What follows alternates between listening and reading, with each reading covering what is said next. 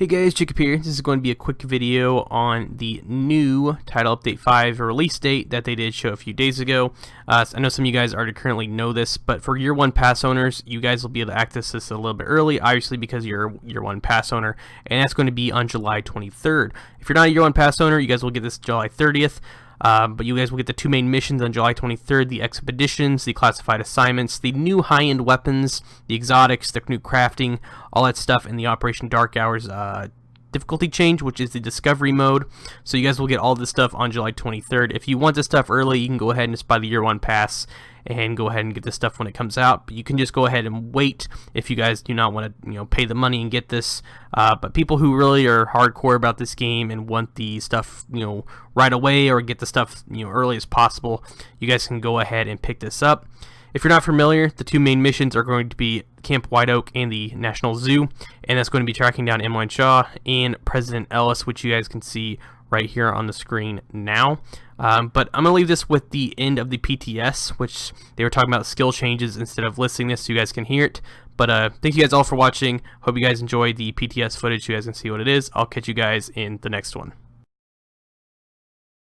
The base damage of the assault turret by 22.5%. So with 3,000 skill power and a bunch of beefed up damage mods, that puppy does about 30,000 damage per shot right now. We've also increased the assault turret base duration from 120 seconds to 300, and the base turret platform's health by 100% as well. So it's more durable. Good to know. It's not more durable than the drone, which gets to the next one. So the Striker drone's base damage was increased by 7.1%, which sounds conservative, and it's very conservative considering that the Striker drone's damage profile is quite low. It's a lot lower than the turret in particular. But the Striker drone is not really meant to be a killer. It's more of a nuisance, and it will flush targets from cover and annoy the AI. It's like bees, right? It's like, not the bees. Or one big B, I guess.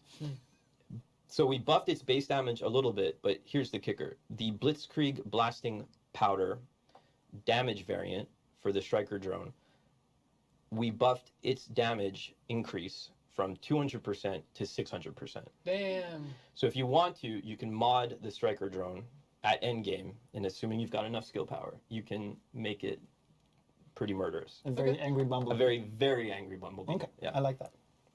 We've also increased the base duration of all the drone platforms from 120 seconds to 300 seconds, just 5 minutes, so it's going to follow you. And really the intention is that the duration of the platform itself shouldn't really be a consideration. I like that.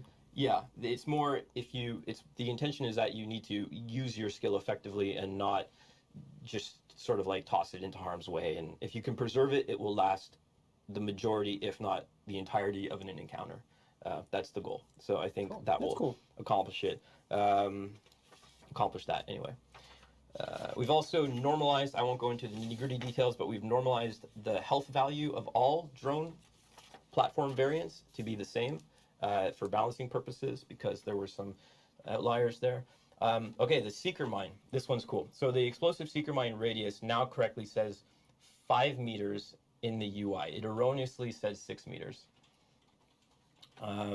The increased cluster Seeker Mine, we increased the cluster Seeker Mine explosion radius from 3 meters to 4 meters. So it should have an easier time catching people without necessarily being too overpowered. All of these changes, they apply to PvE and PvP as well. And then I guess the damage modifier on top of that. Yeah, so everything, the way the skills and PvP normalization currently reduced by a percentage across the board. So anything that is changed here will affect the PvP landscape, but will still be affected by the normalization modifiers. Yeah. So a Striker drone is still doing less damage. The assault turret and the Striker drone are not doing 30,000 damage per shot to a player. They're doing less than that. Yeah, but the ratio of the increase is the same. Yes. Yeah, when you apply the PvP modifier. Yeah, so if we increase the turret damage by 10%, it's going to do 10% more damage in PvP. Yeah. Cool. Good clarification. Thank you for bringing it up. Oh, or thank you, Ella, for putting it up on the screen and getting us to address it.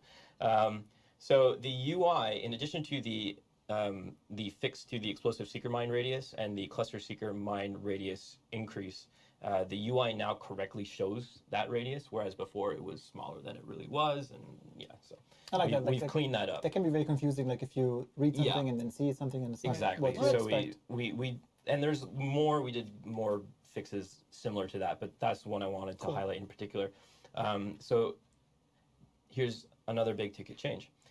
Increase the explosive seeker mine's base damage by 25%. So the which was already quite high, now it's higher. So the explosive seeker mine is the hardest hitting skill in the game. Second, and the one being closest to it is the bombardier drone. Okay. But the explosive seeker is king burst damage. There you go. Increased cluster seeker mine base damage by 42.8%. Okay.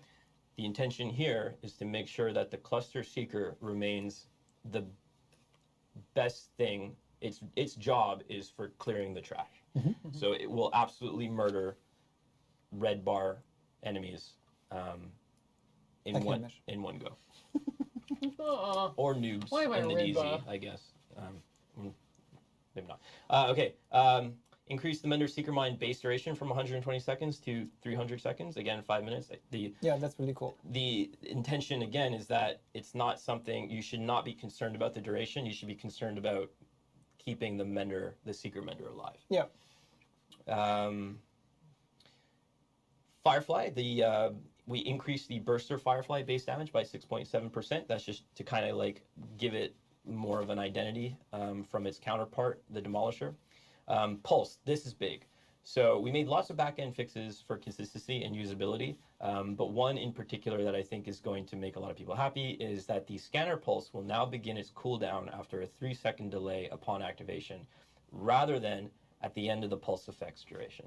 Meaning, so we had behavior where you would pulse, and as long as there was something alive that was under the effect of the pulse, or was being affected by your pulse, the cooldown would not begin until that duration expired. That's super annoying.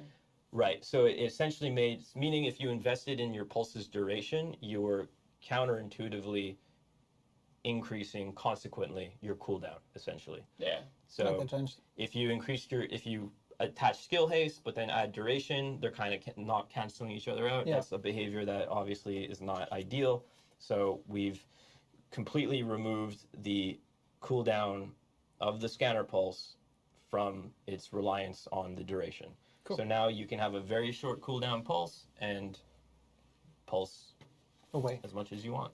I like that. It's also like more intuitive, right? Like you click the button and the cooldown after 3 seconds shows. Yeah, exactly. And this is the Division 1 behavior. So Oh yeah. we're just sort of staying consistent with that. Makes sense. There has been a slight nerf to the Banshee Pulse. Its cooldown was 40 seconds. It's now 60 seconds. But we made a bunch of fixes behind the scenes in order to make the Banshee Pulse gain from the proper mods and not double dip from other things. So we made a nice consistency pass there. But unfortunately for people who were really happy with the cooldown on the Banshee Pulse, unfortunately we had to increase it. And we've also removed its interaction with the radius increase mods. Okay. So a Banshee Pulse that went further than you could snipe was unintended. Unintended. All right. So that's a behavior you might have noticed on the PTS. That's why we do been the fixed. PTS. That's Yeah, cool. Yeah. And lastly, the Chem Launcher, we've increased the radius of the Riot Foam Nice. from 1.5 meters to 3 meters. Damn. I like Okay, that. that's cool. Yeah. So it's much easier to catch people with it, and you can also increase that radius. We had the training. We fought to protect the weak. But training doesn't prepare you to hunt someone you used to call brother. He has left us no other choice. If we don't stop him, there will be nothing left to save.